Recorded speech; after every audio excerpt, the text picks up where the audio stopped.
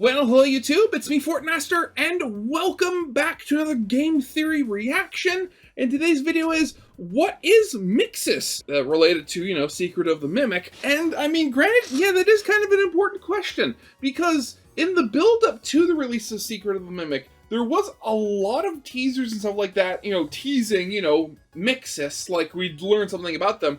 But throughout the entire game, we don't get that many actual things about MXES. Like, we find the M1 program, the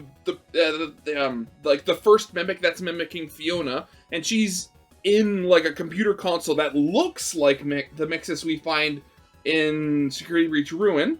And if I remember correctly, there is a program on a computer called Mechanical X-Form Storage or something like that, which is what MXES stands for, but we don't actually know what it does. Now, a little while ago, Rytos did put out a video kind of suggesting a theory where the MXES program or Cradle or whatever you call it was designed to swap which program is currently in the Mimic endoskeleton. So at the beginning of the game, the robotic Fiona is in the computer console while the broken M2 program that was going to be David is in the body, and then when you activate the Cradle, it kind of swaps them around or something, and that might lead to how one of the endings to the game works out. But it's really, but honestly, I'm still really confused about what it could potentially mean. So, I mean, again, game theory has always been my, my go-to place for anything FNAF lore related. So I've been very much waiting for them to start putting out some new theories about, Secret of the Mimic, and now we are finally here, so let's actually get this thing started. So yeah, of course, as always, original video is linked in the description if you haven't seen it yet for some reason. Corner video will lead to my film theory reaction, and if you like this video or any other video that I make, I'd very much appreciate it if you gave the video a like and subscribe to my channel, because almost 3/4 of the people that watch my channel aren't subscribed, and I'd very much like that to change, because my main goal for this year is to hopefully hit 10,000 subscribers. With all that out of the way, let's get this thing started then, shall we? FNAF Secret of the Mimic has finally solved Security Breach. Thanks to the inclusion of the Mimic's backstory, we now have the answers that we have been dying to understand for years. What is the Mimic's goal? What is the deal with MXES? And why was the lore of Security Breach so confusing in the first place? I refer you to that one clip where Scott Cawthon specifically says that he never actually told Steel Wool what the plot of Security Breach actually was. Yeah, I'm pretty certain that's why it was so confusing. Besides the whole Scott not telling Steel Wool the story thing. I thought I could do that without telling Steel Wool the story plot. Yeah, still, major brain fart on Scott's part there. That thought process literally doesn't make sense. You wouldn't have somebody make a movie without telling them what the movie's actually going to be about. Hello, Internet! Welcome to Game Theory, the show that has ingested so much FNAF lore, it too has chosen violence. That's right, today we're tackling the second main character in our 3-part Secret of the Mimic extravaganza, the Mimic. Although the Mimic I say itself. that, as I was writing this episode, one thing became very clear. There is way too much to say about this character to fit in just one episode, and so I'm gonna add a bonus 4th episode to our lineup. Today we're gonna focus on the Mimic's past and present, and next time, its future. That also puts our very special FNAF Theorist Live Talkback on August 16th at 2 p.m. EST. So mark your calendars, folks, and hit the subscribe button before the Mimic comes and gets you. Sorry I miscalculated, but hey, Steel Wool is still calling it 5 Nights at Freddy's when all of their games take place in just one night, so... Oh look, the Mimic, it's here! Did you not hit the subscribe button like I asked? Seriously? I suppose you still have some time, but while you do that, let's actually talk about this one-of-a-kind villain. Well, actually, despite me referring to it as the Mimic this whole time, the one key thing Secret of the Mimic was very clear about, it's really not one of a kind at all, which, to be fair, is something we've been believing for a while now. In Tales from the Pizzaplex, we see 2 versions of the Mimic. The Mimic 1 program, which was the Mimic software that Edwin Murray created to put into a half-finished endoskeleton to play with his son David, which was then later used by Fazbear in The Storyteller, and then there's the Mimic 2, which was Fazbear's improvements on the original design, creating an endoskeleton that could change its shape and size to fit any costume or animatronic. How However, how all of that tied into things like Security Breach and Ruin were pretty speculative, especially as we didn't even know if the book stories were in the same continuity and whether we could rely on them wholesale. But then we learn, there are several differences with the several differences between, the book stories and, the game story, obviously, where, M1 and M2 are referring to two things that were made by Edwin Murray. The M1 was the original mimic in the robotic body that ended up taking on the personality and persona of his dead wife. And then M2 was, initially he couldn't figure out how to get, another mimic program to work or anything. So he took M1, put it in a computer system, and then kind of put a fresh version of the mimic program in, which then kind of started developing into David. Then he got angry, and that's when, everything starts falling apart, and that was M2. My personal theory was that yes, those two mimics were indeed present in Security Breach, with the Mimic 2 being the physical endoskeleton we find in the basement of Ruin, and the Mimic 1 program being what we now know as Glitchtrap, taking over Fazbear's systems and using it to manipulate people into doing its bidding, like Helpy does to Cassie in Ruin, which is why we get this interaction between Helpy and the totally real Gregory arguing. I took care of it. The area is safe now. Yeah, with my help. But now we do have a when they were definitive fighting. backstory for the Mimic inside the game continuity. It turns out that yes, there are indeed two in-game mimics, but there are some key differences from their book here we go. counterparts, and that drastically changes our entire understanding of Security Breach, Ruin, and the program that was trying to keep the Mimic underground, MXES. So hop into that definitely working elevator, friends, as we plummet down into the depths of Murray's costume manor to discover the real secret of the Mimic. So what does this game actually tell us about the game universe's version of the Mimic? Well, like most things in this game, it's similar but different to what we were expecting. Edwin does create the original Mimic, M1, to babysit David. Think of it as your new babysitter, but it doesn't get paid and go home. It'll stay with us and help around the house. But he also states that it was created to work inside multiple costumes. It'll wear fun costumes. It can fit into any costume we've created. Essentially, the game's lore has combined the purposes of the books M1 and M2 into one creation, and attributed all of it to Edwin, rather than one being a Fazbear creation, just like basically everything in this game. But this M1 also develops a little more than its book counterpart. This is where I heard it. It's her or someone that sounds like her. That's good, honey, but into the party. M1 begins showing signs of mimicking the deceased wife of its creator, literally mimicking the role of David's primary caretaker, his mother, Fiona. As we discussed last time, Fiona tragically died in a fire at Fall Fest, and this totally destroys Edwin's mental state. I can't do this alone. So naturally, when he starts thinking he's hearing the voice of his wife, he leans in hard. By David's last birthday, M1 is still not wearing any costumes like Edwin said it would, but instead it is mimicking Fiona perfectly, baking a cake, hanging decorations, all of that good stuff. I baked it myself for David's special day. Okay, actually think about it, because I remember I watched, a couple of playthroughs of different people playing this. I only just noticed, it kind of annoys me that the Mimic's mouth doesn't move when it's speaking like that. This is where Edwin's second tragedy strikes. M1 Fiona goes down to get David while everyone is waiting to celebrate him, only for them to discover that David is dead. Again, Edwin is destroyed by this. But this time, M1 Fiona is here, and she has a quick and easy solution. You need to try again. Build another. The two go back and forth over this for a while, but eventually Edwin gives in and begins attempting to make a new mimic that will mimic his dead son. However, it doesn't really seem to be working. Every copy has failed. I don't even know why it worked the first time, but it did. The only reference Edwin has for the mimic idea working is M1, which leads to Edwin's final gambit. In one of the text logs we receive after meeting M1 Fiona during the parachute ending, it says the M2 began as a copy of my program. This log has been sent by M1 to Edwin's machine. In order to make M2 work, Edwin simply made a copy of her programming. I guess if you can't figure out how it worked the first time, just duplicate the thing that already works. Yeah, I mean, granted, if you need to, repair or, make any improvements in the future, you're kind of, out of luck there. But, I mean, for mass production, hey, you're already in the ballpark. And it does work. It's just a little too much for Edwin to handle. Not him. You're not. Stop sounding like him. This moment is what turned M2 into the killing machine we now find in the game, and its first victim, the man who tried to destroy it. Due to a minor detonation, there is damage to my office interior.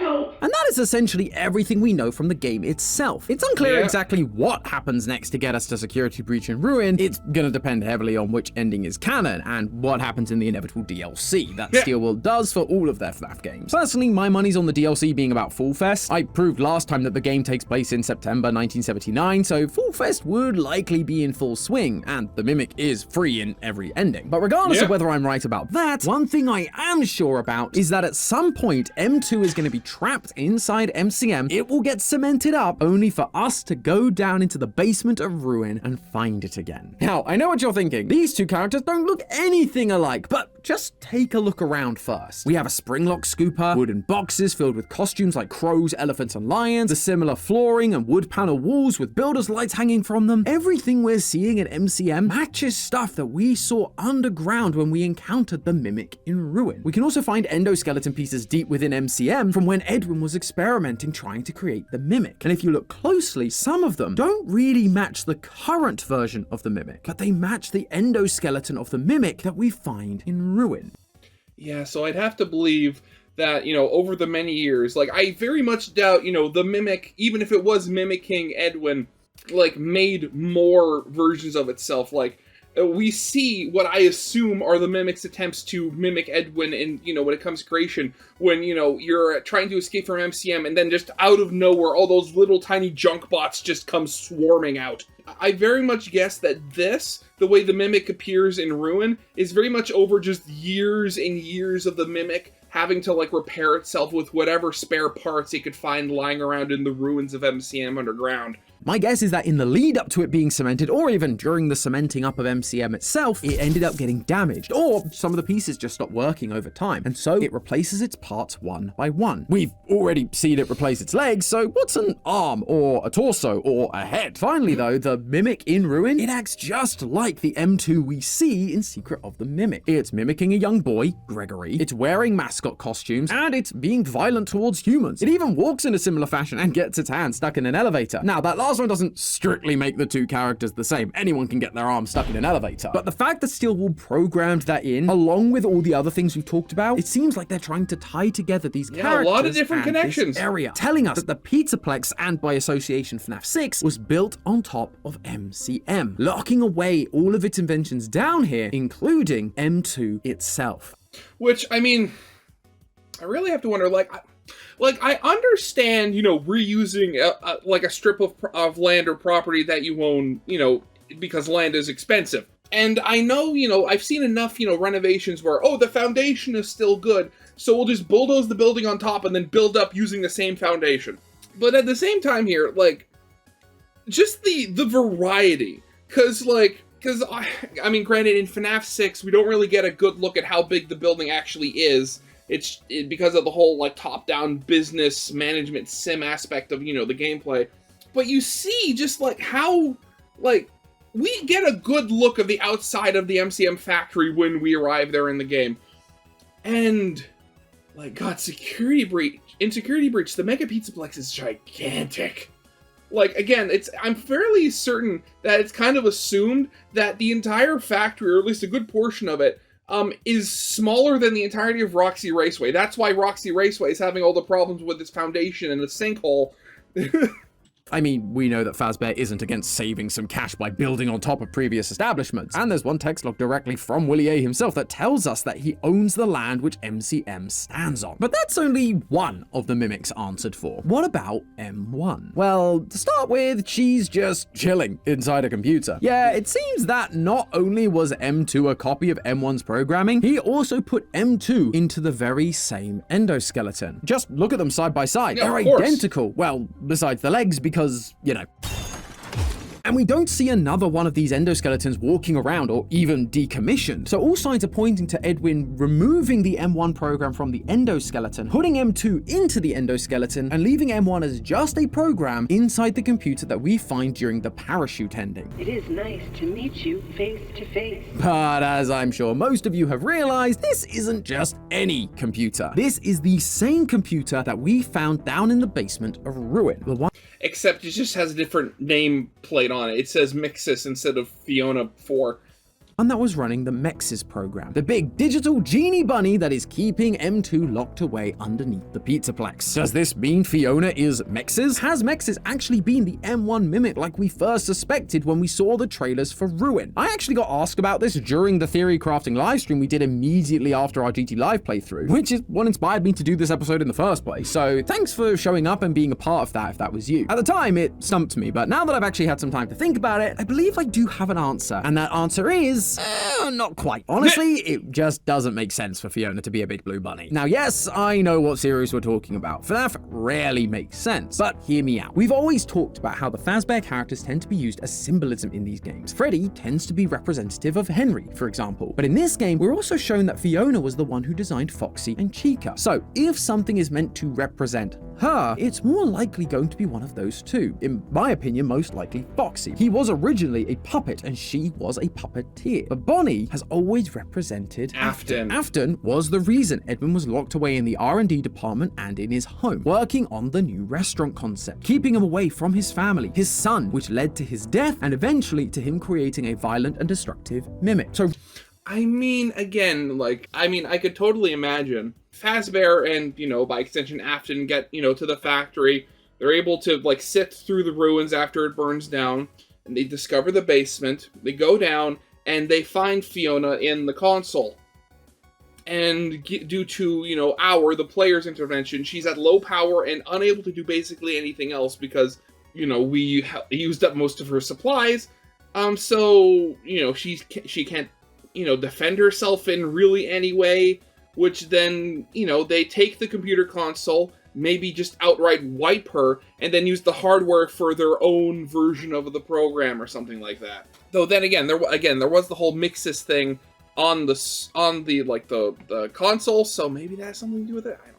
rather than MXES being a representation of Fiona, it's far more fitting that it's a representation of Afton. This new mimic has taken on part of Edwin's personality, the violent part, and is now being kept locked away by another blue rabbit. Like father, like son. But the real reason I don't think they're one and the same is because of the parachute ending. During it, we have to activate something called cradle.exe. We first hear about what this cradle is from one of the text logs. A handful of these logs seem to be addressed to Edwin and have a subject line written in binary, like a computer program trying to communicate, i.e. M1. One of these specifically asks Edwin to consider building the cradle if he won't fix M2's programming, and provides him with the blueprints for it. She describes it as a computer, bigger than anything he's built before, which sounds familiar on its own, but if you stop just before executing cradle.exe, you can see that it has a description. Mechanical X-form experimental here we go. storage. MXES. MXES was actually M1's idea. But then if MXES is a separate program designed by M1, why does she end up on the same computer? It's because of what MXES stands for. I've already mentioned it stands for Mechanical X-form Experimental Storage. The word there you may not be familiar with is X-form. Simply, it's just programming shorthand for the word transform, i.e. it's an experimental way of storing or keeping locked away a transforming machine. Makes sense. However, there is a little more to it than that. In programming, the transforming that X-form refers to is an object's position, rotation, and scale. Again, all things we understand about the mimic's transforming abilities.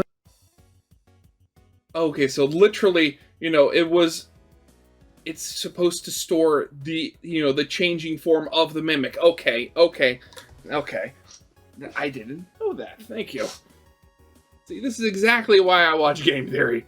But the key is how those transformations are applied. You see, X forms are hierarchical, meaning transformations applied to a parent X form affect all of the objects assigned to that parent, like they're its children, if you will. M1 was the first mimic, the original, so it needed to be on the same machine as MXES to act as the hierarchical X form for M2. M1 has also taken on the role of Fiona, while M2 is supposed to be David, Fiona's child, again fitting nicely into that hierarchical programming setup. The parent is there so that MXES can help control the child. MXES can apply something to M1 that will automatically control M2. But clearly the program was never installed. Edwin built the Cradle computer and put M1 Fiona into it in order that the MXES program could use her to control the child and keep it locked away, but MXES isn't actually installed until we come along during the parachute ending.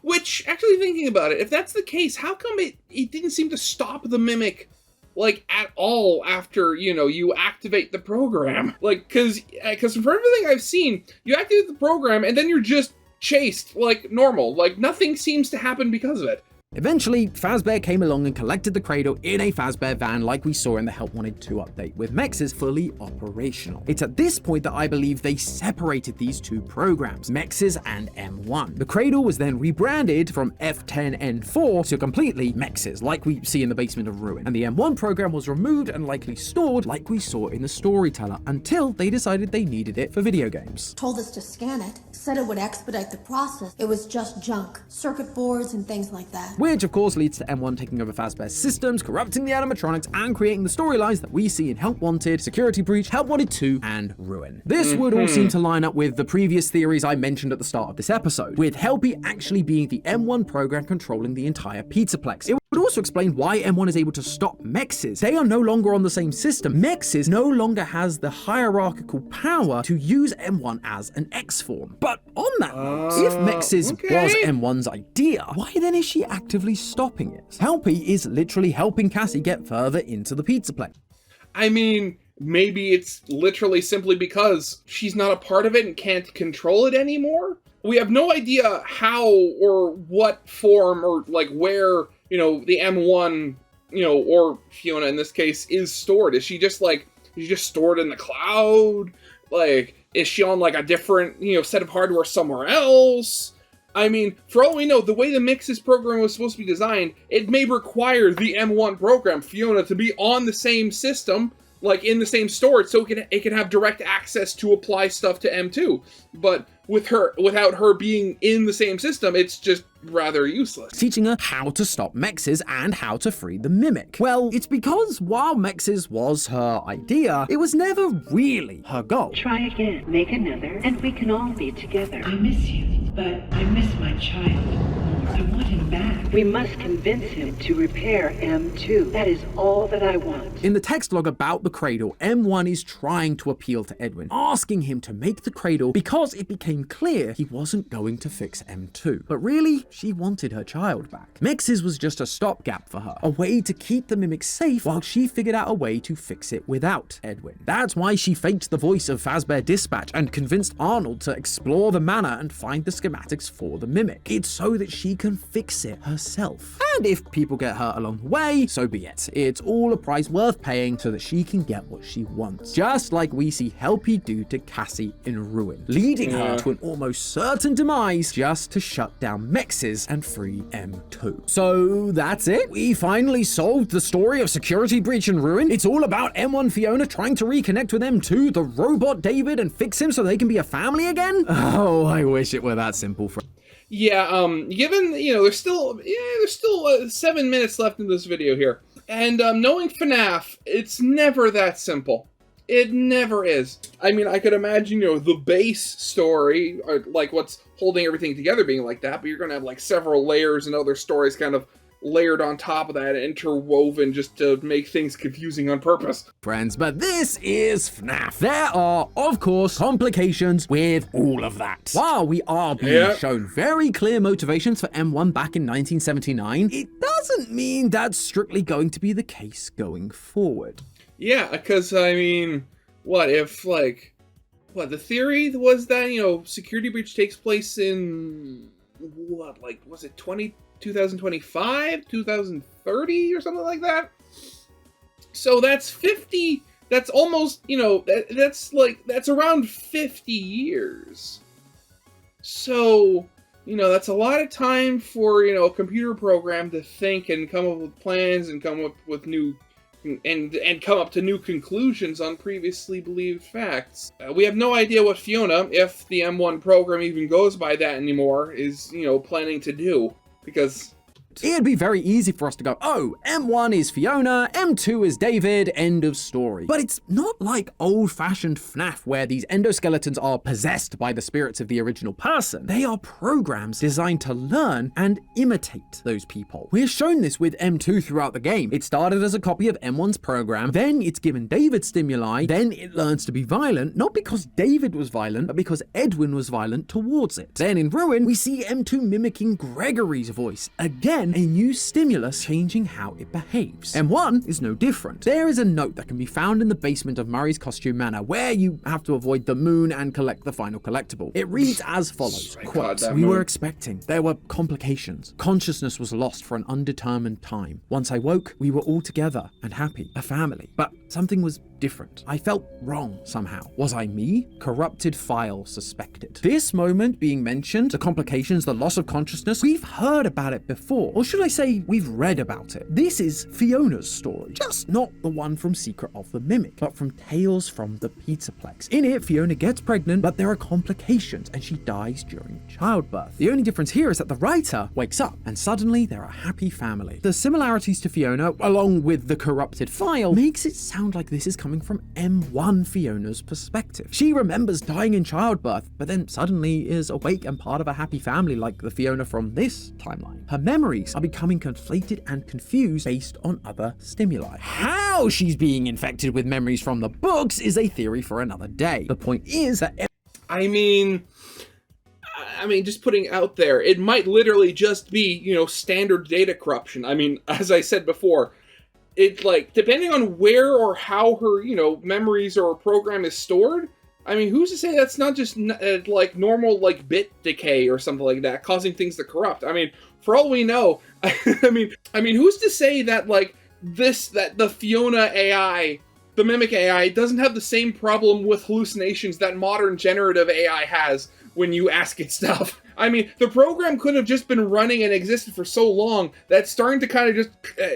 that's starting to just come up with stuff with just out of the blue for no reason. M1 is also susceptible to memory corruption and personality changes based on new stimuli, especially, it would seem, if they share a connection with her. Which brings us to the glitch trap in all of this. It's pretty well accepted at this point that glitch trap has actually been the Mimic program this whole time, infecting Fazbear's systems and mimicking whatever it needed to. Helpy, VIP, the Glamrocks, and acting like a virus, infecting them all in order to take control. If M1 was purely Fiona, it wouldn't make sense for M1 to present herself as anything other than Fiona in some kind of digitized form. Probably a Foxy like we talked about earlier. But instead, we see an old school version of Afton's yellow bunny. Why? Because M1 has also been receiving other stimuli thanks to its inclusion in the creation of the Help Wanted VR game, as I alluded to earlier. Told us to scan it. It was just junk. Circuit boards and things like that. By having M1 circuitry used to build Help Wanted, the M1 program was fed information from the first set of games in this franchise.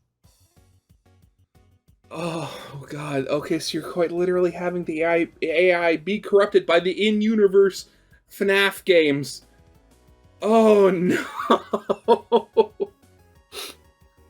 You know, thinking about that, like, I don't know whether to be intrigued or scared, because at this point, like, the AI, it's like, what was it, like, several months ago, the AI, a lot of, like, AI-generated images were having the problem where they were, like, turning yellow, because they were feeding off so many other, you know, AI-generated images. It's basically, the AI is being fed, like, other things from in-universe, and it's basically starting to become an Ouroboros. franchise, learning all about the yellow bunny killer that would lead kids into the back room and kill them, a family of children all killed by animatronics, and a father that wanted to put them back together. A father with the same goal as her, someone willing to crack a few eggs to make an omelette. They're practically the same person, and so M1 accidentally makes them the same person, wearing the costume, kidnapping the kids we see in the newspaper in Security Breach's bad ending, and leading them into the back rooms during VIP. All of this explains why Security Breach's story felt like such a mess, and it's why no theorist could really have predicted what we ended up seeing in Secret of the Mimic. Most of the theories I had were about Afton and Henry's parts in the story, because all signs left by Glitchtrap or the Pizzaplex in general were pointing towards Afton and his involvement with the Mimic. How else were we supposed to interpret a dining table scene with 5 characters clearly representing the Afton family in a room with post-it notes written in binary? But this is why Fiona...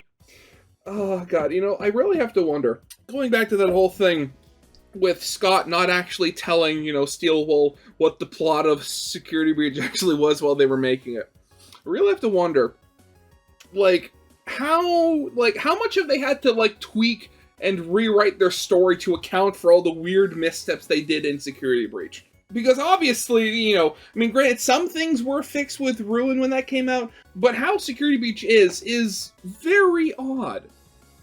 So just, the idea that, they might have had to, rewrite the story in certain parts to make Security Breach make sense in retrospect. It just... I find it both funny and very sad, unfortunately.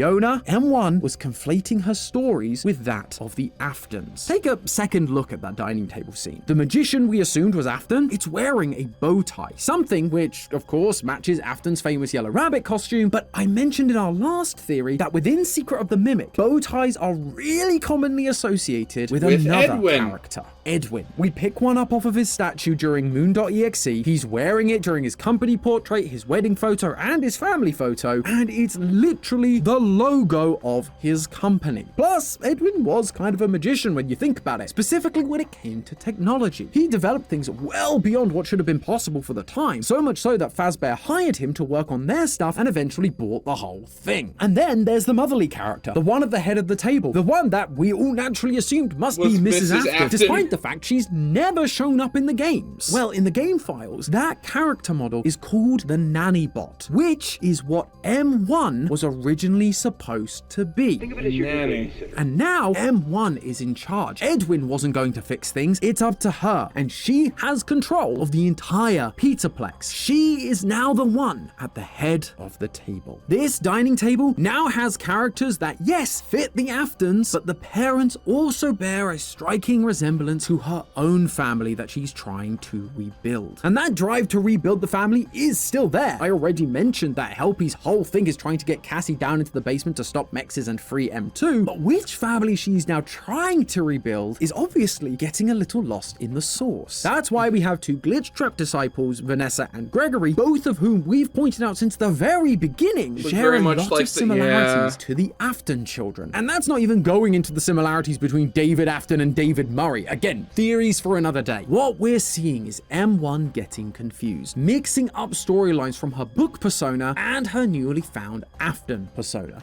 What was I saying about AI hallucinations? It doesn't matter whether it's real life or science fiction. The AI will always get confused. Conflating the 2 ideas as one in the same. She's trying to rebuild the family she lost all the way back in the 1970s, but thanks to her use by Fazbear Entertainment to make a VR game, she's taken on too much of Afton's persona, and so is still driven to get M2 out of the basement, but who she believes M2 now personifies is completely messed up. Does she still think it's her son David? Does she think it's the other kid from the Afton lineup that's missing, Michael? Or does she not even really know anymore? Is she just trying to free it because that core desire is there, but the meaning has gotten lost through all of this new stimuli? The truth is, that part is unclear right now. Yeah, very much so. All options are available to us. We just need to keep digging while also being aware that the DLC or sequel could drop in a year or so and change everything again. But speaking of digging a little deeper, regardless of who M1 thinks M2 is anymore, I do think we've been given the answer on how to stop both of them once and for all. It's just gonna have to wait until next next time. All I'll Yeah, say of for now course. is that it has Of course. everything to do with one of the most tricky and mysterious animatronics from all of Security Breach. And I'll also say that's just a theory. A game theory! Thanks for watching. World premiere. Sun and Moon? Really? I mean, granted, I know there was the whole thing, you know, I guess there is the question of how the Mimic kind of controlled certain animatronics. Because, like, I mean, granted, you have Big Top Music Man, who's still, where, you know, kind of the jury is still on whether, how, like, whether, you know, the Mimic was controlling them at all. And then there's, you know, the Moon, then there was Sleepy Moon in the basement, who may not actually be, you know, the Mimic, but just an employee that was locked down there and went crazy or somehow. So confusing. Ugh. And actually, wait, thinking about it. So, actually, just this morning, I watched another video from Rytoast where he was asking the question, like, are there any ghosts in Secret of the Mimic? Or is it just, you know, the Mimic everywhere? And he came to the rather, you know, logical conclusion that the Mimic is basically all the you know, the animatronics that, you know, that you fight and run away from in the game, with the exception of Tiger Rock. Just because of, you know, the rather oddness of Tiger Rock, with the fact, you know, it seemingly can teleport at, like, with flickering lights. If you look at its, like, model with proper light, you can see its head isn't actually attached to the suit, and it's kind of floating there, being all weird and ooey. Can you imagine? So, Fiona, you know, the M1 program, trying to do this, and she's been corrupted, you know, in the whole thing with, you know, being a weird mishmash of Fiona and Afton, you know, now. But at some point, maybe, you know, the spirit of David reemerges.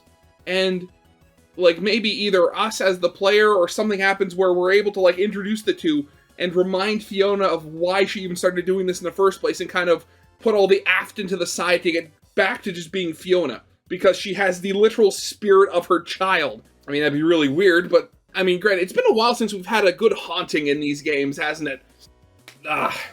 Yeah, that's definitely going to be it for now. So yeah, I hope you guys liked. If you did, leave a like, subscribe if you have not, and I'll see you guys next time. Goodbye.